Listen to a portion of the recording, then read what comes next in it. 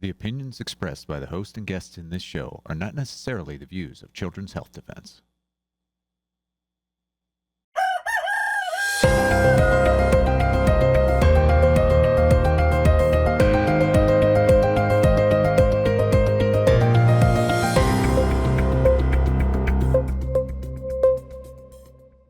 Good morning, THD. It is May the 31st. It's Sunday. It's 2026. Last day of May. Welcome to This Week with Mary Holland, President and CEO of Children's Health Defense, and myself, Polly Tommy. Michael Nevadakis kicking it off in The Defender. Reckless. Virginia recommends MMR vaccine for infants as young as 6 months. Virginia's Department of Health is recommending infants 6 months to 11 months receive an MMR vaccine earlier than the age recommended by the CDC and the American Academy of Pediatrics. Doctors and other vaccine experts told The Defender that Virginia's guidance is reckless and not grounded in science, which is absolutely true and utterly dangerous. Yeah, absolutely. I'm really glad we got two pediatricians to weigh in on this in the Defender piece, Michelle Pirro, Liz Mumper. I think we also you did an interview with Liz Mumper on this, Polly. The only reason that they can get away with this is because there's no liability, Polly. If there was liability, they wouldn't do this because babies can easily be injured by this. As Dr. Mumper pointed out, there's 60 known listed side effects to the MMR vaccine. And even the product insert says not before 12 months. So, and worse than just recommending this for babies 6 to 11 months, they recommend a second dose 28 days later. Typically kids get it at 12 to 15 months, and then they get a second dose at age 5. And that's dangerous enough, right? There are 299 listed deaths in VAERS from MMR shots, but here they're recommending 2 doses for babies between 6 and 11 months because there was an outbreak of 54 cases. And as Dr. Pirro says, there's just no basis for that. There's just like no deaths from measles in the United States. It's so disproportionate. And as Dr. Mumper says, vitamin A, right? Oils with vitamin A would be very good prophylactic. So it's so discouraging to see this, honestly, Polly. This wouldn't happen if there were liability. It would not happen if there were liability for the doctors and for industry because they know they are running huge risks. They know this is reckless. And we've recorded so much injury and death from the MMR vaccine. And remember, when we went to the Mennonite community, we saw babies younger than 6 months with measles. They did not die. They did survive. Dr. Ben Edwards has an amazing protocol. Yeah, but they were treated, right? I mean, measles is, it could be serious for a baby, especially because the moms they probably don't have antibodies, right? So the moms didn't have natural measles. They're not passing them on if they're breastfeeding. Some of the moms may not be breastfeeding. It's not trivial. But you don't have to vaccinate these babies. 3 live viruses at once when a baby's immune system is completely unprepared to deal with that. And not to mention the other vaccines they'll be getting at their well visit at 6 months. And then we'll just as well. No, that recipe. Correct, Polly. It's a really important point, right? There's Hib, there's DPT, there's hepatitis B, there's all kinds of other vaccines that these babies between 6 and 11 months could be getting at the same time. The level of kind of reckless disregard, which has been inculcated with this idea, this mantra, this propaganda, vaccines are safe and effective. It's so distressing because it's such a lie. These are really serious medical interventions that can kill babies. Okay, well, Brenda Belletti here in The Defender. Consultants push HPV vaccines for infants as Merck tests Gardasil in kids as young as 4. Consultants paid by Merck and the Gates Foundation want to give HPV vaccinations to infants and toddlers. Meanwhile, in a trial that has no unvaccinated control group and a safety monitoring window of just 3 days, Merck is testing these Gardasil on children aged 4 to 8. The drug is approved for children starting at 9 currently. The trials on children aged 4 to 8 involves 150 children who received 2 doses of Gardasil over 12 months. Now, I know that Mary and I did cover this because you came on CHD during the week. And that clip is actually out on social media right now. But do just get everyone up to date that maybe missed that show. This is based on an article that's published in the Journal of the Infectious Disease Society of America. And it's published by an author who is wrapped up up, down, and sideways with Merck that makes Gardasil, which is the only HPV vaccine available in the United States, which is really the target market here. So there's one clinical trial with essentially poor children in Boston where they're giving the parents $400 gift cards. And there's a clinical trial in Gambia where they've been doing it for some time. The real reason, which is the only good news here, Polly, is I think the reason that they're really pushing this is because it's not succeeding in the teenage population. So in 2024 and 2025, sales were down 40% for Gardasil. In the first quarter of 2026, it's down 22%. So they're looking for new markets. And the only good news here is that young children have there is zero benefit to, even if there's lots and lots of hazards for HPV vaccines. They cause injury and death. I would never, I don't think they're appropriate for anybody. I personally think they should be off the market. However, there's no benefit, even if you believe that they protect against cervical cancer or they protect against herpes viruses, herpes infections, there's no benefit to a 4 to 8-year-old who is not sexually active. Zero. It's only valuable if you believe in this idea on a population basis. So I'm hopeful, Polly, that again, even at this younger age, parents will decline and they won't take this vaccine for their kids.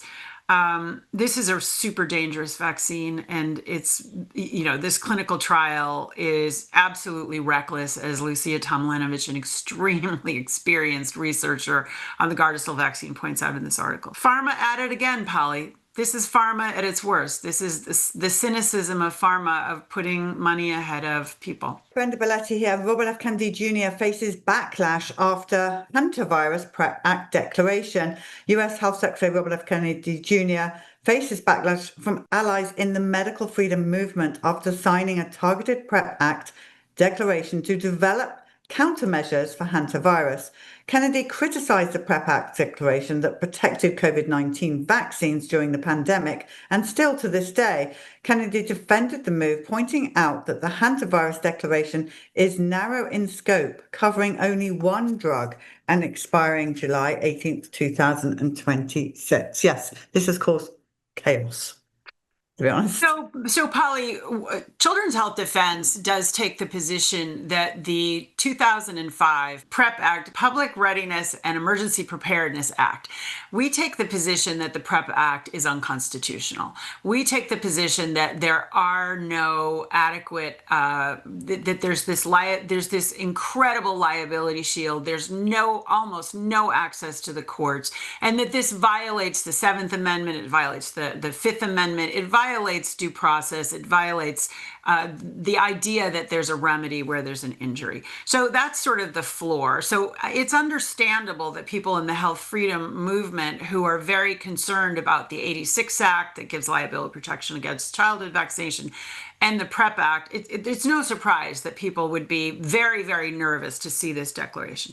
That said, I do think it's true that this Andes virus, this hantavirus, creates a pulmonary syndrome that can be deadly, and that this is a very narrow, targeted declaration at this point for 2 months until July with an antiviral drug that has been on the market for a long time, and it's generic. This is not a money-making scheme. This is favipiravir, which has been around for a long time. Some of our colleagues are saying this seems wildly disproportionate. Some say this is really, why are you doing this? Kennedy has fired back and said, stop the fear mongering. This is voluntary. This is not mRNA. This is for 2 months. This is a well-known drug. I think, honestly, Polly, my view is just, we think that the PrEP Act itself is unconstitutional, and we definitely want to stay focused on this and stay attentive because we do know that it can be abused. That said, it appears as if this is a very narrow declaration. Henrik Carlson in The Defender here. Ebola was identified nearly 50 years ago. Why are there no treatments for the latest outbreak? The Ebola virus was first discovered in 1976 near the Ebola River, which is now the DRC. So that he's saying that Bundibugyo is the strain responsible for the latest outbreak. There's no approved vaccine or specific antiviral treatment, yet this exists for the strain. Well, I'm grateful there's none of those things because we don't want a vaccine for that. Well, I left for you to pronounce Bundibugyo, Polly. I'm glad you did that for us. So it is striking, Polly, that this is a deadly disease. 220 people have already died in Congo. Congo has been the subject of war for decades now. There's terrible malnutrition. There's people dying through the war. It's no shock that there would be infectious disease there. So what's interesting is that Robert Redfield, the former director of the CDC, is saying, this could spread and this is serious and this could be an epidemic. Our friend Meryl Nass, who's really done a lot of research on infectious disease, says this is not something we should be afraid of. This is only transmissible through bodily fluids. This is not like COVID that could be respiratory contact. So again, it is striking that this, up until now, Polly, there hasn't been a market for Ebola treatments or vaccines because it hasn't affected the developed world. It's been in Africa, and so the world has kind of like just looked beyond it. Again, we need to watch this closely. Ebola and hantavirus are in the news, and these are things, given the permanent pandemic preparedness industry that has been created, particularly over the last 20 years, we definitely have to follow this, and I know we will. All right, let's talk about data centers. I've got a couple of articles for you here. That's something on a lot of your mind. I know Catherine and Renette Senham covering this a lot. The new enemy, noise pollution from AI data centers causing nausea and insomnia. Noise emitted by data centers can be heard and felt hundreds of feet away, and noise levels can reach up to 96 decibels for 24 hours a day, 7 days a week. Sound levels exceeding 85 decibels are considered dangerous and potentially damaging to human hearing, depending on the duration of the exposure. Now, we have been playing this clip of the noise Mary on CHD TV, and it is incredible. I don't know how even wildlife can live there. I mean, this is how bad it is. It's the noise, Polly, is bad, but the article goes on to something that to me is even more disturbing, and that is there's something called infrasound that we humans can't hear, but it's actually affecting our central nervous system. And there's been research on that as an audio weapon in France. And so one of the scientists we regularly work with, Dr. Paul Heroux, is saying it's very similar to electromagnetic radiation syndrome, EMR syndrome, where people can get dizziness, they can get nausea, they can have tachycardia. All of those things can happen. And it turns out that these centers, which are like the size of 2 football fields, they are being built within 50 feet of people's homes. So it's very troubling. There, as Miriam Eckenfels, the head of our wireless radiation program, is saying, there has to be local control over this, Polly. You can't just condemn 3 houses and plop it down the middle of schools and churches and people's homes. That's insane. So there does need to be better control over these data centers, and it is related to the work that we're doing on wireless radiation and digital ID and all the rest of it. It really is. No, it's shocking. Well, actually, Renette did send me this article this morning, which we're going to talk about now, from Wired. US law enforcement warns of anti-tech extremism as AI hatred grows. A nationwide protest movement targeting data centers and increasing concerns about AI job replacement. Federal intelligence agencies and domestic law enforcement are circulating reports with a new domestic target in mind, anti-technology extremists. So the fact that we just did that article a second ago by Suzanne Burdick means we are extremists, anti-technology extremists. That's what they're saying. Polly, it's a very weird article. So Wired is very closely associated with Silicon Valley, which is very closely associated with the intelligence community. And so it's a weird article. On the one hand, they're sort of saying that this is a crazy threat. On the other hand, they seem to be saying that there could be large-scale protests that devolve into civil unrest and extremism because of anti-tech. So they're kind of all over the map in this thing. They describe that there are 85 infusion centers around the country, which I didn't know existed. This is post 9/11. These are centers where federal intelligence agencies work together with state and local law enforcement. And so they're following this whole alleged anti-technology issue. Again, I think this is something that we have to watch. These data centers are energizing people. They are mobilizing people. They are making people very concerned about the digitization, about AI, about the imposition of federal authority into homes, and about the noise pollution and the radiation pollution. So I think we will be paying more attention to these data centers, because I think they are touching on a lot of the issues that we care about toxic exposures to children. Okay, Henrique, again, in the Defender, Children's Health Defense weighs in on West Virginia's religious exemption case. Children's Health Defense filed an amicus brief in a closely watched West Virginia vaccine exemption case, telling the state's Supreme Court that groups at the American Academy of Pediatrics and other medical groups which oppose religious exemptions cannot be treated as neutral public health authorities because of their long-standing monetary and institutional relationships with vaccine manufacturers. Polly, this is a long-running issue since this is 2026. So since January 2025, when Governor Patrick Morrisey, coming into office in West Virginia, declared a religious exemption to vaccination. And then that was challenged and it's gone to the legislature. This is now in the Supreme Court of West Virginia. The attorney representing the families and working together with the governor is Aaron Seary. And he arranged for 16 amicus briefs, and we provided one of them. And we focused in our amicus brief on the conflicts of interest of all of the amicus briefs for the mandates, for keeping the mandates in place. And it will come as no shock to you, Polly, that the friends of the court on that side all are funded by pharma. So the American Academy of Pediatrics, the Infectious Disease Society of America, they all have very deep conflicts of interest. They make money from vaccine mandates, full stop. And, we don't make money from vaccine mandates. And none of the other groups that put in friend of the court briefs for parental choice, for health freedom, for religious freedom, we don't have financial conflicts. And I really hope that the court will pay attention to that issue as to so many others. And I have to be honest with you, Polly, I'm very hopeful here. So Mississippi and West Virginia were the two states that had the longest running absence of religious exemptions. The other states, California, New York, Maine, and Connecticut, they're more recent decisions not to have religious exemptions. Mississippi and West Virginia for decades did not have religious exemptions. Mississippi is reinstated. To have West Virginia reinstated will be a major development, and I'm very hopeful. Okay, Defender here. Washington State Patrol to pay $340,000 to settle lawsuit over deleted COVID vaccine mandate records, Mary.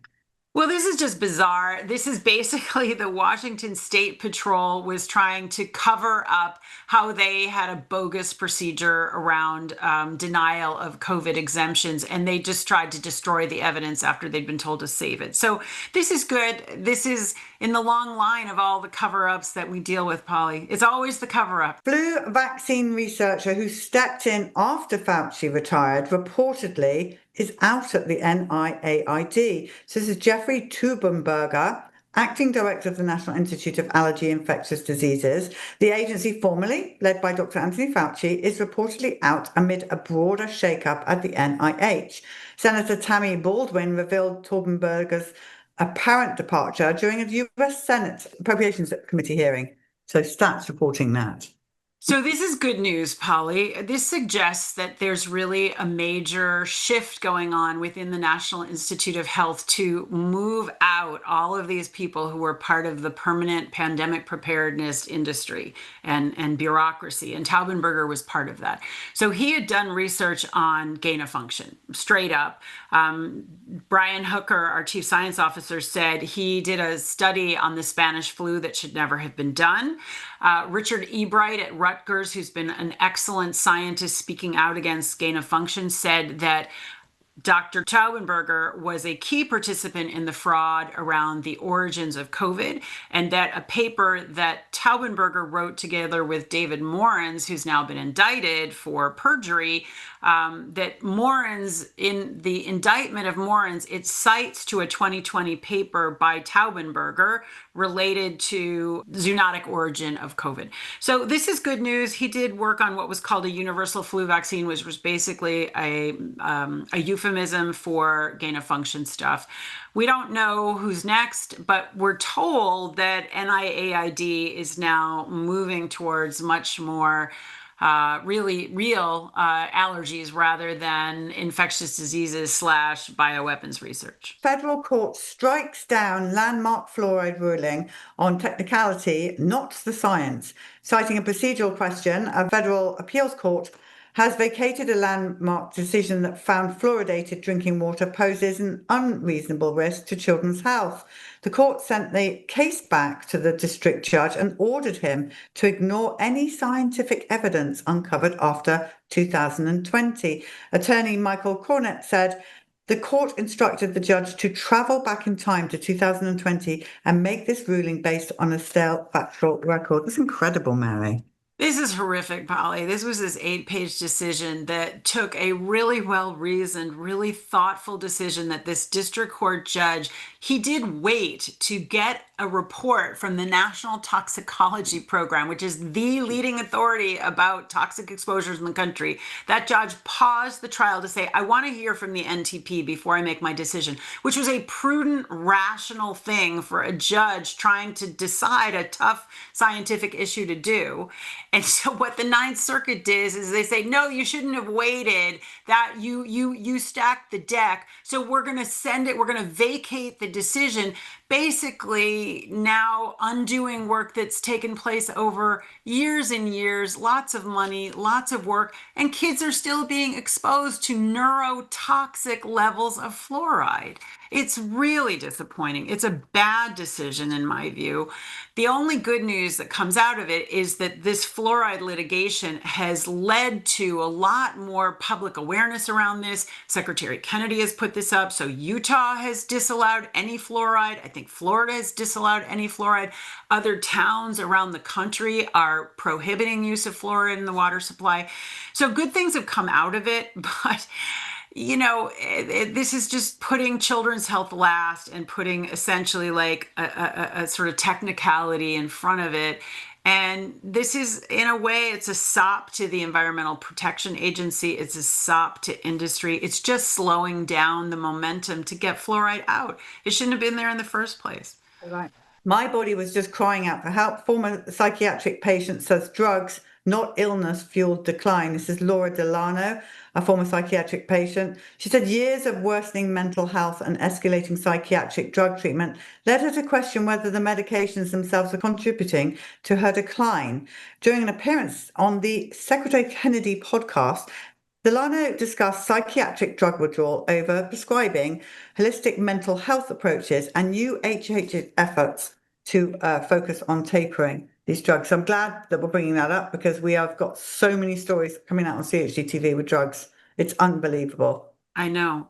So Laura Delano is a really terrific new spokesperson for this issue. So she was put on psych drugs when she was 14. She was on it for over 10 years. She attempted suicide. She was massively over-medicated. She was held in confinement.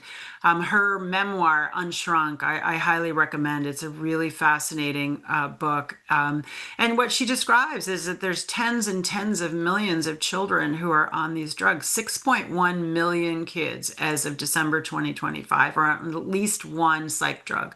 And so what Laura and her husband, who also was put on psych drugs as a child, they've created something called the Inner Compass Initiative, which is to help people taper off of psych drugs, because most of these drugs, Polly, as you know, not only are they potentially extremely harmful, but they also are addictive. It's very hard to get off of them, and you do have to get off of them in a very careful way so that you don't go into withdrawal or really like a kind of psychotic break.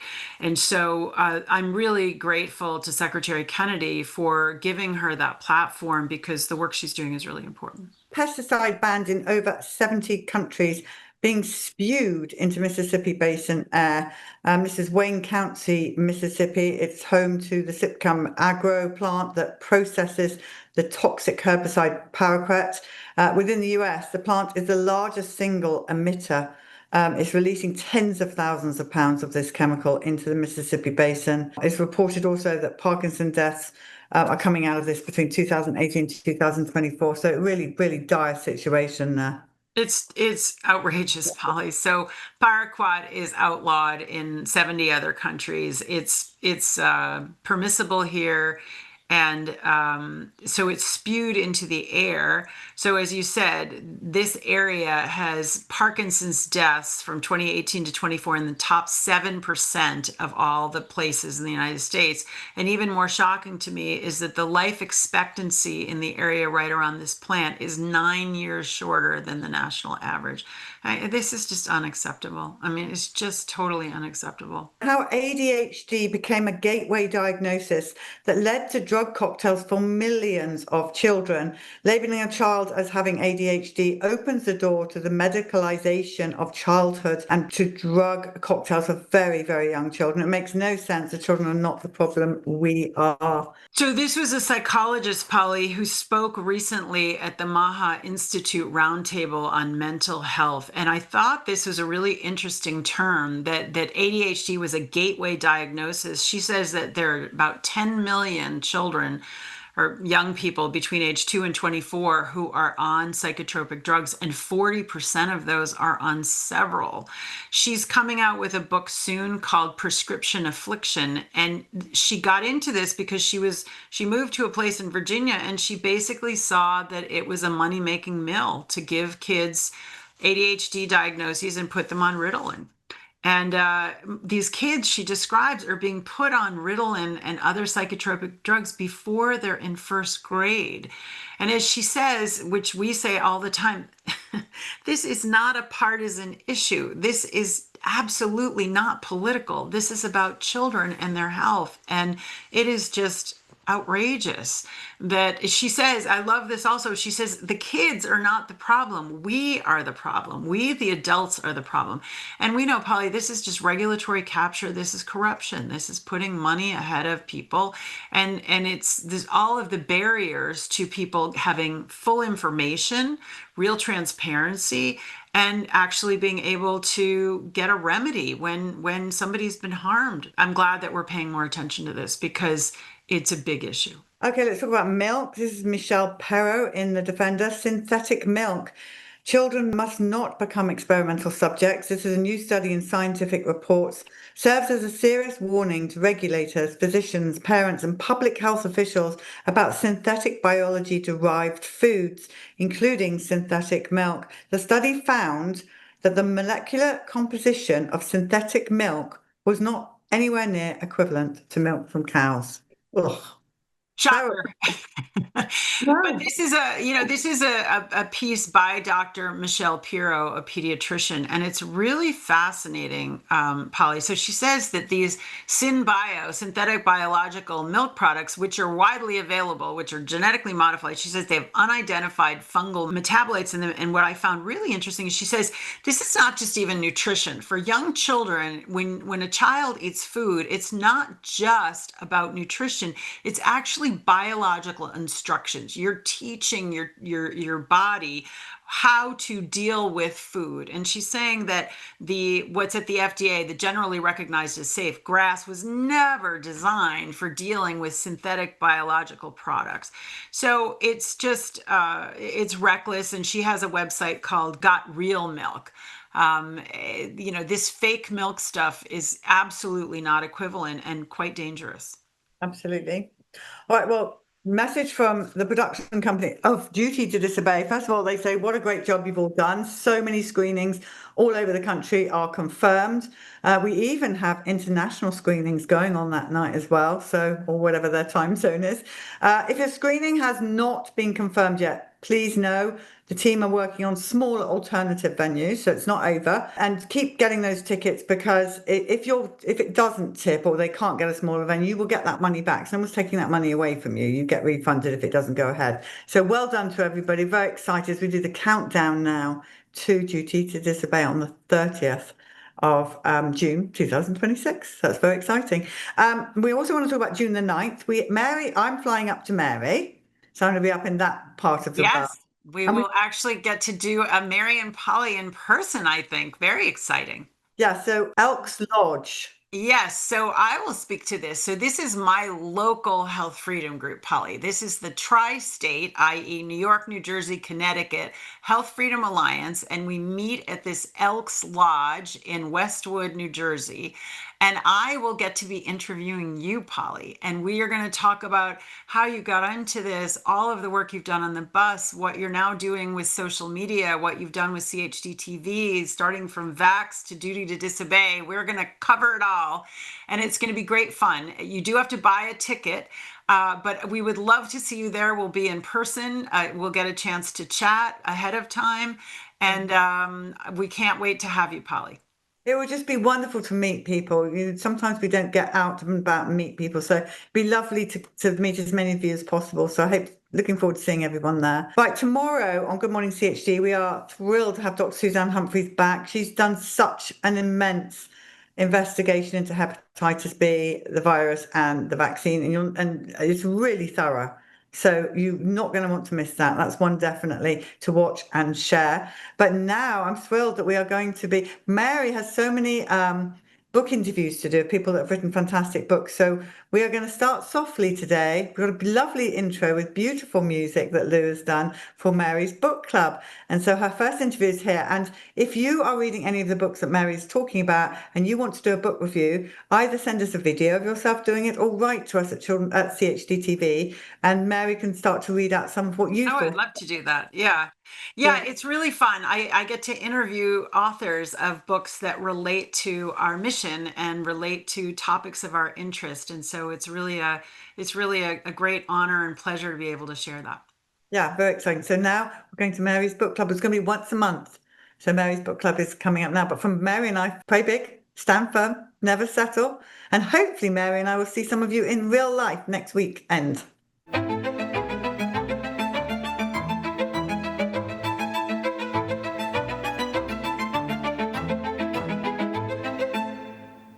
Good morning, Children's Health Defense, wherever you are. I am so delighted today to have as our guest Dr. David Rasnick. He is no stranger to Children's Health Defense. He gave testimony in the People Study on our Vax Unvax bus. He has been a guest of Dr. Brian Hooker. He's been a guest of Polly Tommy. And he often comes and helps in our sort of think tank off the record on various topics. And I'm just really delighted to have you here to talk about your remarkable new book, Dave. You can do a better one. It's a pleasure to be with you. Personal Odyssey into the Essence of Cancer. So, Dave, I don't have to tell you, cancer is something that's basically affecting almost at least 1 in 2 people on the planet. Maybe over time it may affect more. So this is a huge health challenge, especially for older people, but also increasingly, sadly, for children. So excited to hear you talk about that. And the book is so readable in part because it's also partly a memoir. It's a story of your history and what you've been through and photographs, which makes it just so readable. And it's not a long book either. I personally don't like really long books. So this one is short and has an incredible story about cancer research and cancer and about your life. Well, I do appreciate everything you guys are doing. I tell you, CHD, I watch you guys every day, and I tell you, you're amazing. I admire you folks, you're fighters, and my heart's with you, and I'm so glad to be able to work with you folks. Yeah, the book is what you said. I wrote it. I've been doing cancer research since 1996. really deep dive into it with Professor Peter Duesberg. He unfortunately passed away this past September. And I started writing this book in 2014 and then finished it in about 2024. Had a lot of things going on. And actually, the timing is perfect right now when you consider what's going on in the world right now. And it's almost like a renaissance. This, oddly enough, with all the horrors that are going on, the elevated levels of cancer and everything that's going on with everybody's lives, the economy and everything. But people all over the world, I've been doing Zoom meetings, 2 or 3 a week, and have been for quite a long time. I know you folks. And the thing is that the story that I'm telling in the book right now could not get out. It could not be made before the COVID stuff. Yeah. Could be made, but not published and not promoted or anything. And so I'll stop there. I'll let you ask me some questions. Sure. So let's get into that, because the primary theory here in this book is of chromosomal imbalance in cancer. So aneuploidy or aneuploidy.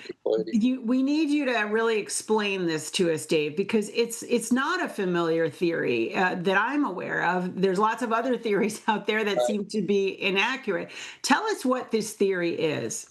Well, it's quite old. It goes back to the late 1800s with David Hanselman, who looked at tens of thousands of cancer cells and other cells under the microscope. And he looked at the cancer cells, and no two were alike. And their chromosomes were all different. No two cancer cells had the same combination of chromosomes. Normal, healthy cells do. Now, the chromosomes are the strings of DNA that contain the sequences that code for proteins and other things. One thing that the genome projects revealed, which you never hear anybody talking about it, and it's amazing, 99% of human genes and mouse genes are identical. But you never hear anybody asking the question, how do those genes know to make a mouse or make a human? But yet somehow those genes make cancer. All right, that's the current thinking. Genes make this and genes make that. And that was David Hanselman. And then Theodore Boveri wrote a book, published it in 1914. And you can get it if you go to my website under cancer. You click on his image and you can download his book. It's only 59 pages. And he spells it out in really clear, plain language about how an imbalance of chromosomes. He did a lot of work.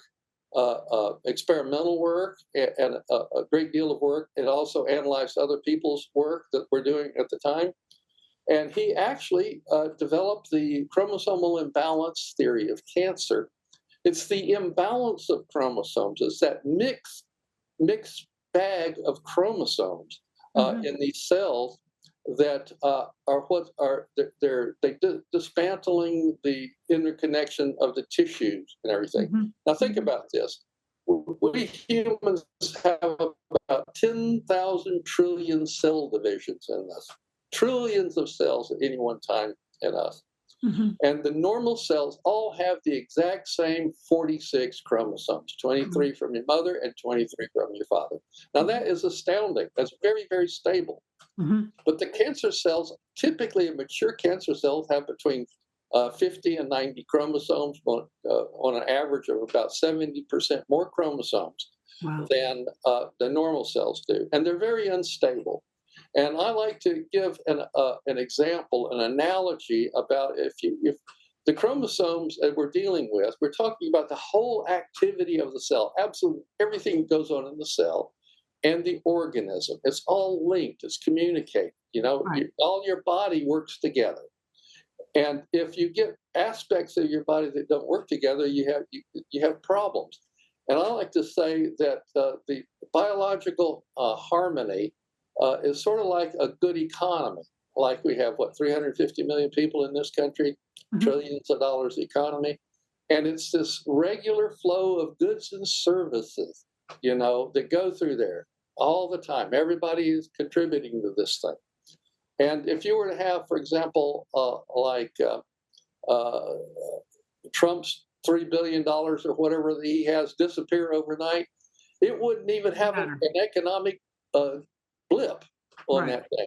But if you had a 10% increase or decrease in the value, people's salaries or whatever, let's say, that percent now absolutely will destroy a country, an economy, or it will just really boost it up. And that's what the chromosomes do. And when you have this 70% increase in chromosomes, and they're all scrambled, all right, it's basically like disrupting a functioning economy. But now we're talking about a biological system that can't communicate with itself properly, and that's in the cancer cells. And the fact that there were so many chromosomes in these cells, and no two cells had the same number of chromosomes, that a lot of people just thought, they were thinking like in the 50s and things when DNA was discovered in 1953. Everybody's thinking at the molecular level, at the molecule level, not at the whole interaction level. And then they're thinking, well, it can't be chromosomes. They're thinking in terms of a specific gene or a specific this or a specific that. And there's nothing specific shared by all of these cancer cells except for one thing. They have abnormal and unbalanced combination of chromosomes. Do you feel like, so you talk in the book quite a bit about your friend Peter Duesberg, who you mentioned, who's just passed away, sadly. And he was dedicated to this theory, as are you and Dr. Bovary back in the early 20th century. Do you feel like this theory of yours has been robustly proven? You quote people who it makes it seem like it's pretty clear there's never been a cancer with balanced chromosomes. That would strike me as pretty demonstrably favorable to the theory. Yeah, well, over the years, there were several other people besides Hanselman and Bovary. I think George Papanicolaou, for example, the inventor of the Pap smear, and some other people, I don't remember the names exactly. And they understood that imbalance in chromosome caused cancer. Right. Papanicolaou did not really get too much into the theory of it. He wanted to use that information to diagnose cancer. Right. He even had an automated machine that would look at these chromosomally imbalanced cells. It never really went anywhere to diagnose cancer. Papanicolaou, he invented this thing, and it worked, but nothing ever came of it, And so it's not a new thing, and it's not mysterious. Right. It's been sort of hidden, especially. When the gene law popped up. And sort of Dr. Papanicolaou came up with the Pap smear, which has definitely been successful in preventing globally cervical cancer. We can get into, certainly more so than the vaccines. But so, I mean, it seems like we have this whole oncology phalanx worldwide, but it seems like your theory is basically been proven. Am I wrong about that? Like, it has been. It has been. Peter and I proved it.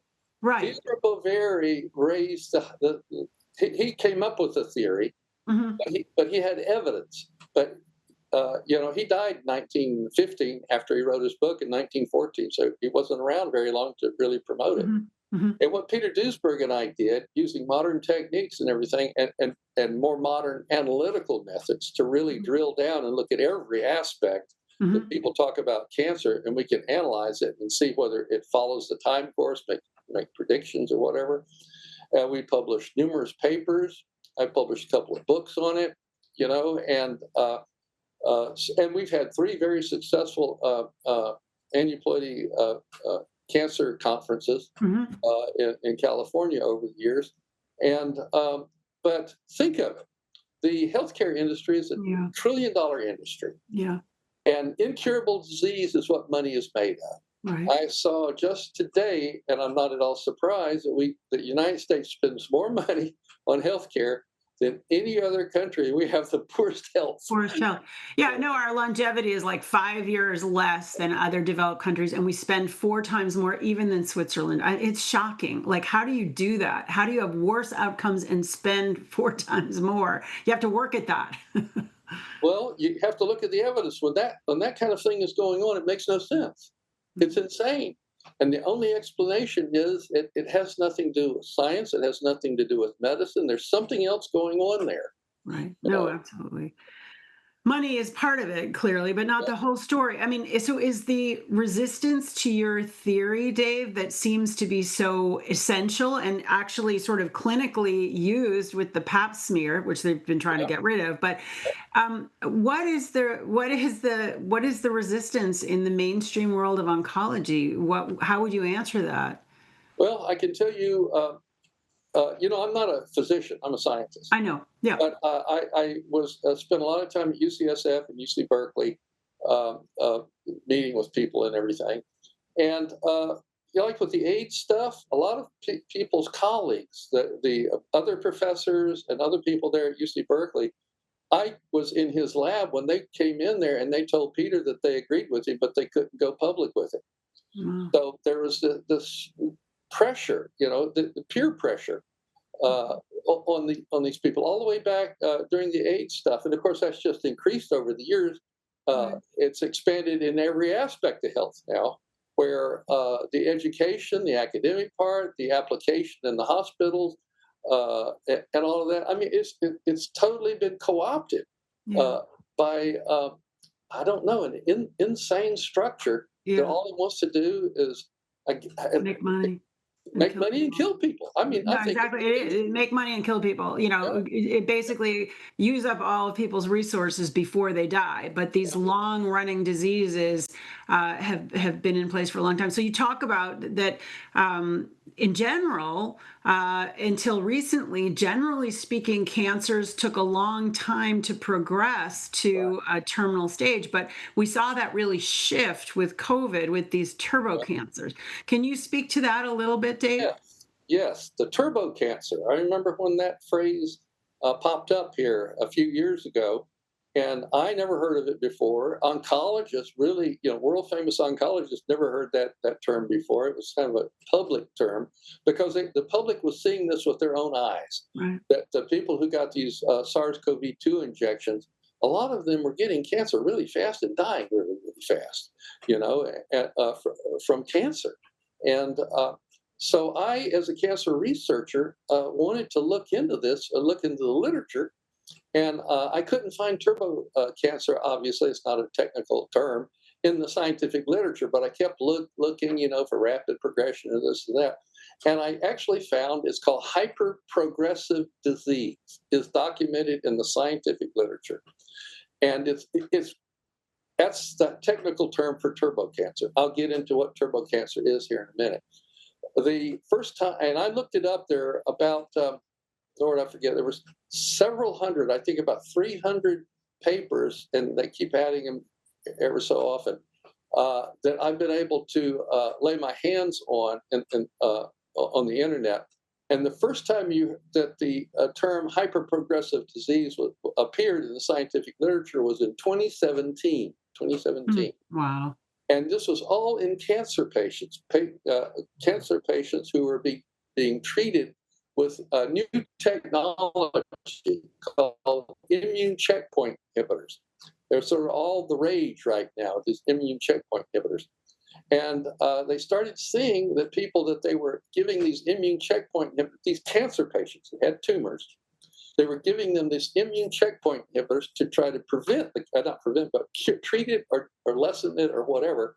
And they were noticing that percentages of people, anywhere from 10% to 60% of the people throughout that literature that I've looked at, get cancer really quick at this hyperprogressive, and they call it hyperprogressive disease, and they die in hours, days, weeks, or months within a year.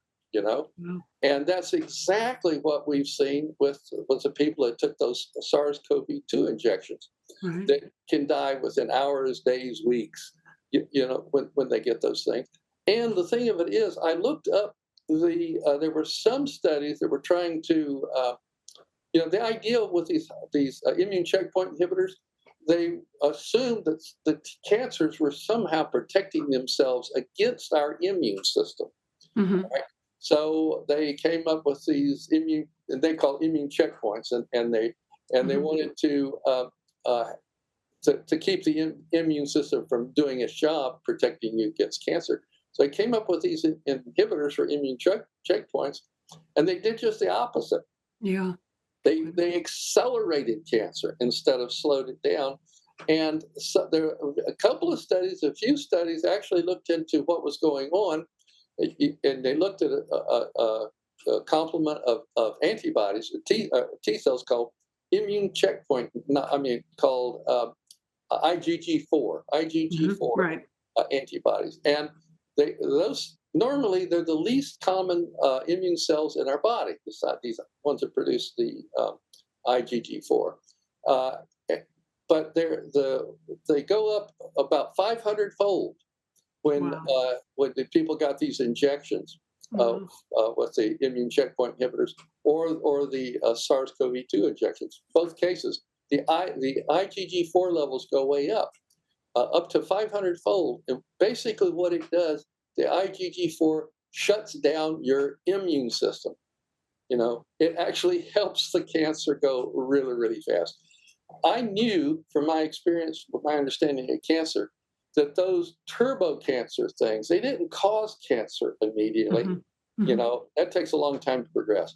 What happened was, this was my hypothesis at the time, was that something was going on, that these people already had cancers that they didn't know, like we all do. We all have cancer cells in us, and that something was going on to let these things rapidly progress. And indeed, that's what happens when you use these immune checkpoint inhibitors or the SARS-CoV-2 thing. It goes in there and produces the same thing, this overabundance of IgG4, and people already have cancer, but they don't know it. And then it's really fast. Get it, and it goes like wildfire. turbo cancer, and it kills people. Yeah. So you and Peter Duesberg also, in addition to working on cancer rigorously and really proving this aneuploidy theory, you also have worked a lot on AIDS. And I think it's fair to say you've been very critical of the AIDS establishment and the theories that undergird even now the theories behind HIV-induced AIDS. Do you want to talk to us a little bit about that? Yes, because had it not been for AIDS, I would have never joined up with Peter Duesberg and worked on cancer. In a way, it was sort of, for me, a personal blessing to have this crisis so I could live my life post-AIDS. But I was living in San Francisco. I moved to San Francisco in 1980 from North Chicago, Illinois, to set up my first biotech company. And that was the same time that AIDS started, even before it had was called AIDS. It was called gay-related immune deficiency or something like that. Right. Yeah. And I only learned this later, that the CDC understood as early as 1982 that GRID, or AIDS, was actually the result of chronic recreational drug use among gay men using these poppers, these nitrite inhalants, amyl and butyl nitrites, at these nightclubs in San Francisco, New York, and LA. And in the heterosexual men, they were the IV drug users. They had a different collection of diseases. And then in the 80s, it turns out that the women didn't get AIDS. What kind of contagious disease? Where the women didn't get it. In the 1980s, 9 out of 10 AIDS cases, the whole decade, were men. And to this day, now it's 8 out of 9 are still men. They added cervical cancer into the AIDS-defining diseases in the 90s, hoping to boost the women's numbers. It only went up 1% when they did that. And so, I lived in San Francisco. One side of a street would have all these gay guys and all this AIDS. On the other side of that street, there was no AIDS. So I started thinking something's not right. There's not a contagious thing going on here. And then I saw Peter Duesberg's 1987 paper. It was an invited paper that he wrote in Cancer Research, where basically it was like a legal document. This world's leading authority on retroviruses, HIV is a retrovirus, said that it's like a legal document, point for point for point. AIDS, the HIV cannot cause AIDS. It doesn't cause anything. These retroviruses are basically harmless, And it was a long, extensive article. And of course, after Peter published that article, he lost all of his funding. He was received. He was outstanding investigator grants, is what he received, and then he lost that his funding, and he was still outspoken, and he was invited by people like you, I mean, organizations and mainstream media all over the country to go to talk about this, and they always shut him down right before he went on air. It's in his book. He wrote about this, and Anthony Fauci or somebody like that would take his place, you know. So the idea here is right in your face. Now, when we look back historically, it's right in your face. The whole thing was to shut down any criticism at all of the AIDS scam, and that worked through the MERS, the Zika, the Ebola, SARS, SARS-CoV-2. I mean, all those are bogus. Every one of them was bogus. And notice that there's no such thing as a red, white, and blue. The only red, white, and blue AIDS thing was the gay guys. You know, all the other syndromes, you know, were in Africa or someplace. Yeah. So, you know, I've enjoyed listening to you on talk about AIDS quite a bit, and it does seem is very tied into these essentially bogus public health scams. Now, one of the things I loved about the book that I thought was just so intelligent was your discussion of spontaneous remission from cancer. Yeah. We need to understand, you know, who spontaneously loses the disease quickly too, like weeks or months, and then create a registry for that. I thought, what a great idea. Has that ever been done, Dave? No, but not in the USA. The Europeans take it seriously. Mexico takes it seriously, and I think Japan does too, but not in the United States. And this has been well documented. You know, I mean, it's not an unknown thing. And I don't know the Coley's. You know, let me tell you. Usually, when I talk about cancer, the second question is always what to do about it. You know, and the first thing, in order to do anything about cancer, you have to understand it, and that's where my strength is.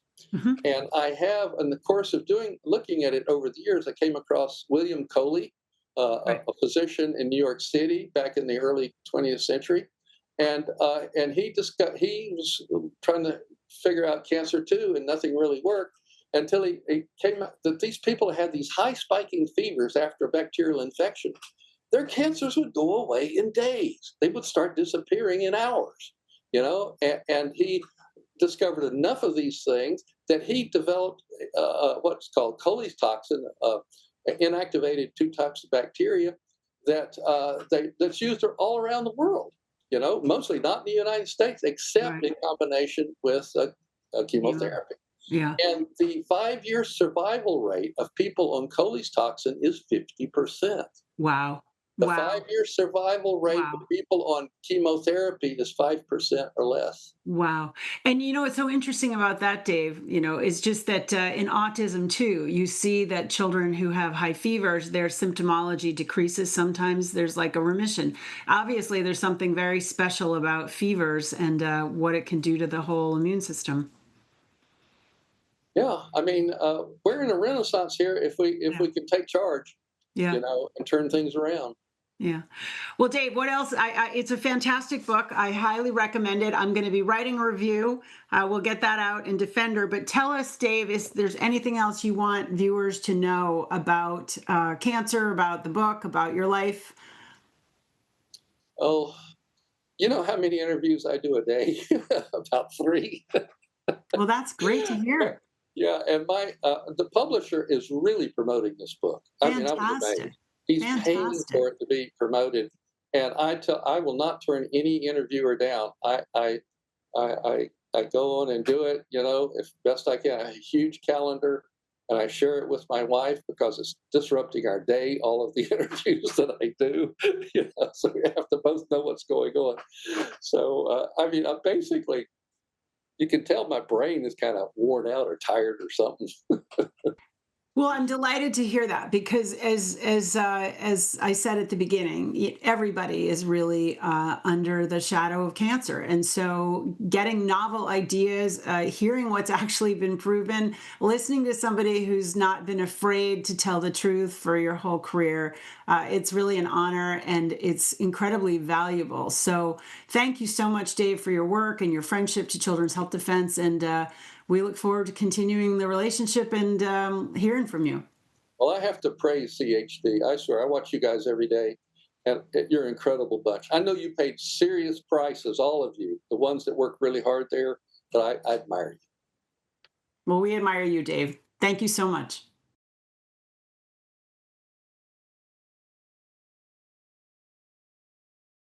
Could you tell us your name, please?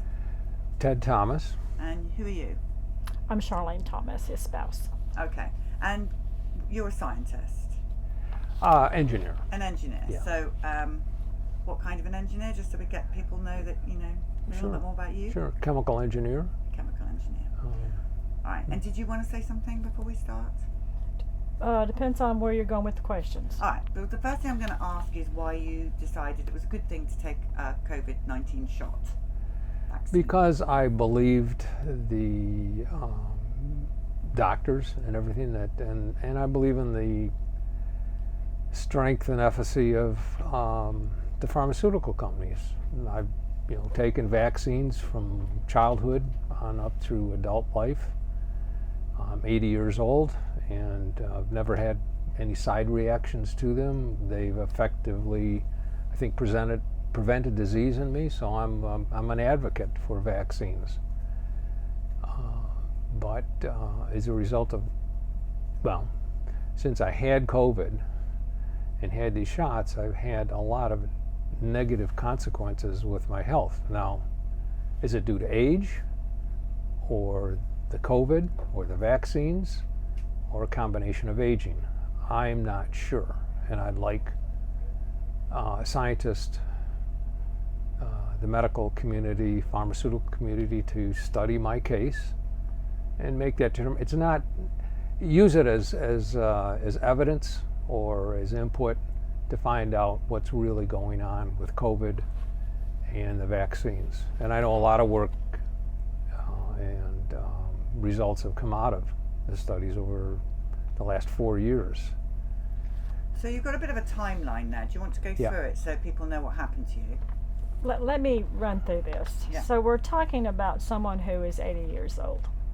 Someone who just put 2,000 miles on a bike this year with On me. a bike? On a bike. Road Okay, bike, so mountain biking. we're not inactive people. Chemical engineer, so just think intelligent. In September of 2020, he had a case of COVID. He was sick for a couple days. Diagnosed by the health department. So. And fatigued, but mentally in a fog. Okay, but that dissipated, and he seemed to be okay. That was in September of 2020. In February of 2021, he took his first COVID vaccine.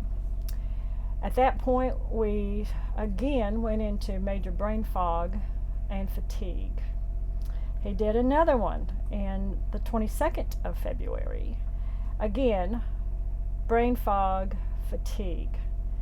And then another one in September of 21, and again, brain fog and the booster. fatigue. So, but during that process, after that, we were building a house, and things were just off. He wasn't connecting dots.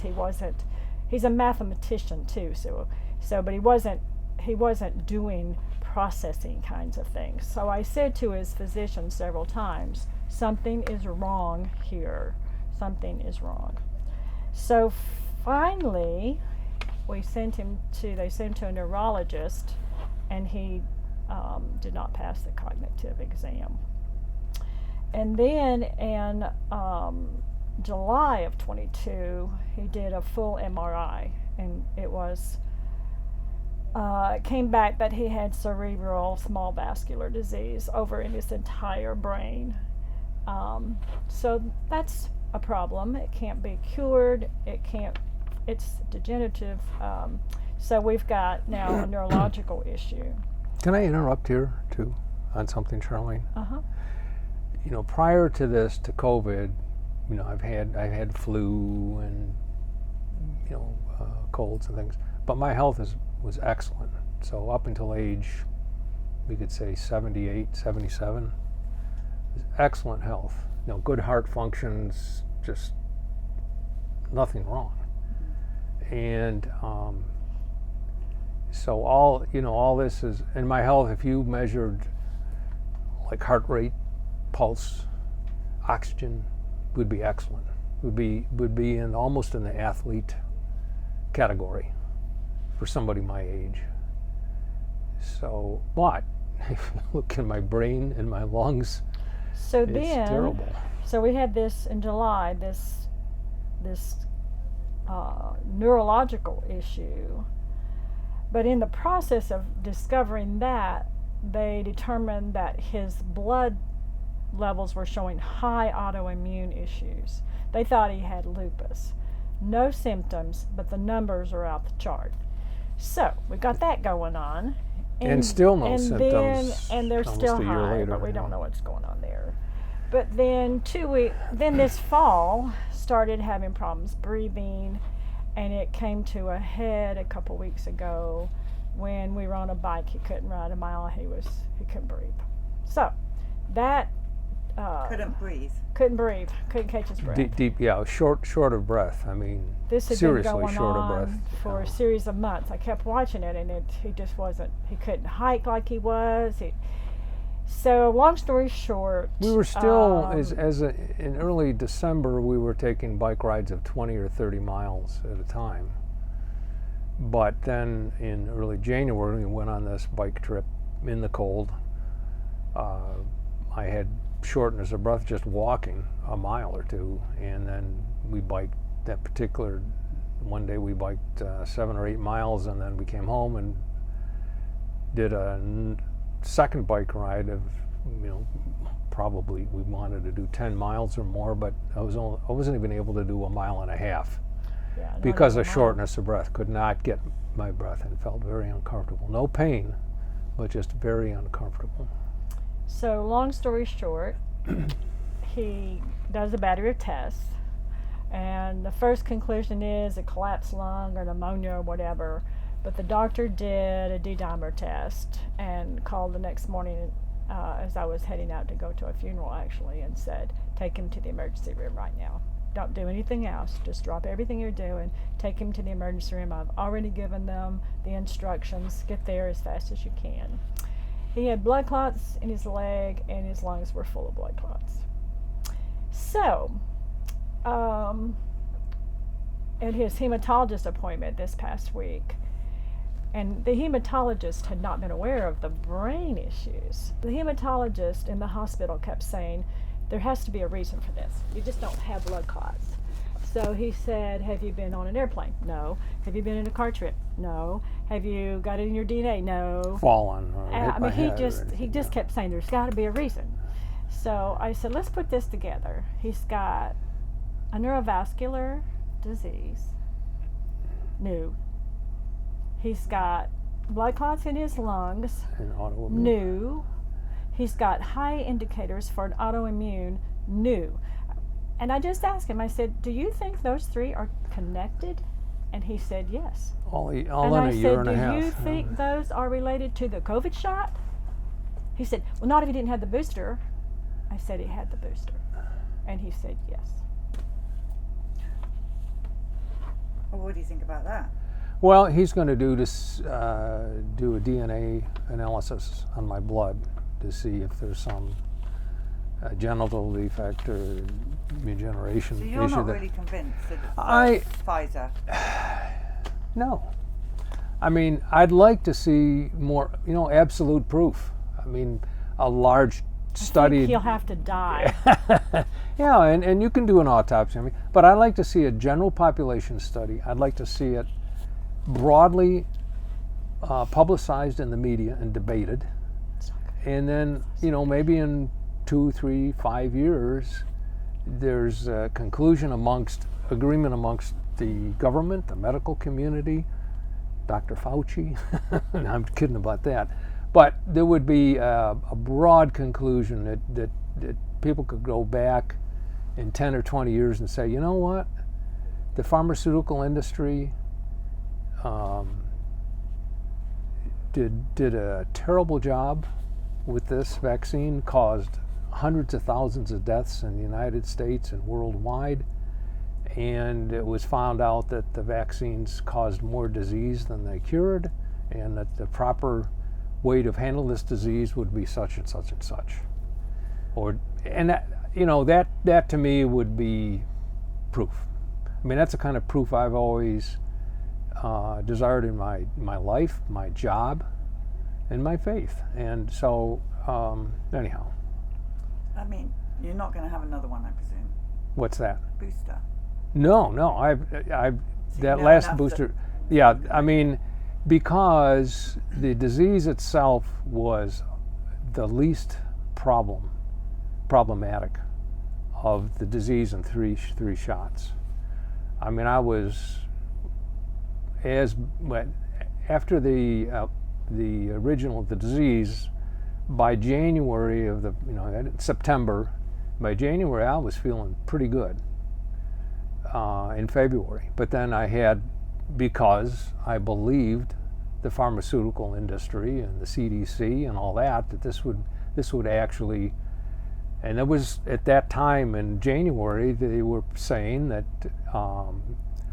the vaccine shots with somebody that's already had COVID would be really good. In fact, COVID had there would be enough antibodies still in the person's system that maybe the vaccines weren't necessary, but they would be complementary, and that I think that turned out to be wrong. But Did you have the COVID shot? No. And she's absolutely not. perfectly healthy. And she's pleaded with him not in to the do same. this. She was in the car with me. We know where we and caught I it. haven't had COVID either. We caught it. There was the first big outbreak, kind of community outbreak, was at a theater in Jonesboro, which is a nearby city, and it was reported in the newspaper, and there were probably a dozen or more people, 2 dozen people that got COVID from that. And so there was. I'm a skeptic. And I'm Yeah, an intelligent yeah. I mean, person. I'm I have a skeptic. PhD, I haven't seen enough proof. I mean, I've seen videos of sports I don't know people what we're gonna do to collapsing convince him. in the field and all that. But You say that you want to see this debated on mainstream television. yes, Do and you know who sponsors mainstream television? oh, I know, Pfizer. I know. So do you I know. honestly think that would be, this is ever going to happen? Why have they not debated Robert F. Kennedy Jr.? I'm going off on one. I need to stop. Yeah. I understand. I think with all due respect to you, I think you need to have a very strong look at the names on the bus, the people that have died following taking the I shots. agree. It's the terrible. evidence is huge from the people, and the people sometimes are the science. I agree. Are they I agree. not? But I'm just one, and I'll add it to. I mean, I think what you're doing is really good, because you're collecting factual information from real People. victims of the disease. Yeah. And people that didn't take the shot that Yeah. are perfectly healthy. That's right. That's fascinating. That's right. But I am not I'm not in a position to judge until all the facts are You weighed. are in a perfect position. Oh, you scientists. You scientists. I know. I do not see a direct link. First of all, there was a delay of 2 years before I showed symptoms beyond just There's somebody psychological else who's symptoms. supposed to come in at Yeah, 9:30. yeah, that's Okay, fine. now To be listen, somebody. now listen. Yeah. You two are fascinating, okay?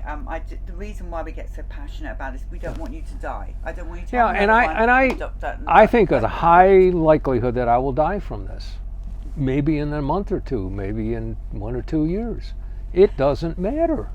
I think What matters you're is the also truth. seeing- It matters is the truth. we have cognitive issues going on Yeah. here too. I mean, let's not forget that. We are not. Well, this was a fun interview. Oh, Thank yeah. you so Yeah, much. okay. And I'm sure we'll see more of you. I've got a Probably feeling. see an obituary on me.